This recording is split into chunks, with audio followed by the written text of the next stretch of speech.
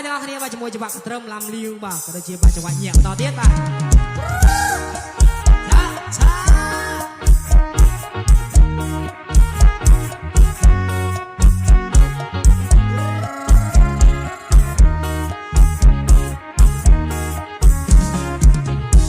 ស្រីអើយនេះគេថានាងស្រីបងលើគេល្បីស្រីស្រកសរិន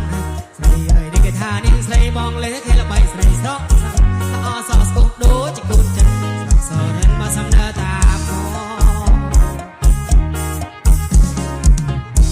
ស្រីអើយនេះមកសំដៅតាមចង់យាយចង់ខ្វាប់សុំនាងយ៉ងស្រីអើយនេះមកសំដៅតាមចង់យាយចង់ខ្វាប់សុំនាងយ៉ងឲ្យនាងឃើញចាំបានបងនេះម្ដងមកจะเกิดជាគតិបញ្ញាមកស្នូជើងដូចតម្រៃ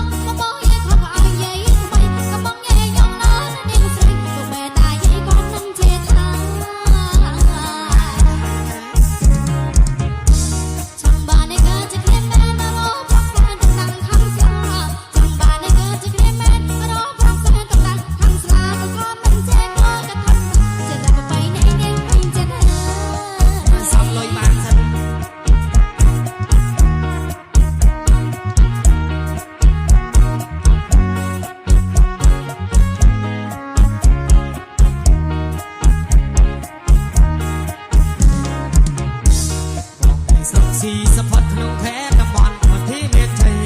បងនៅស្រុកស៊ីសផតក្នុងខែតំបន់ប្រទីមានជ័យគង់ឪមេមកពលបូរីចិត្តតែទេស្លាញ់ស្រីស្រស់សរិន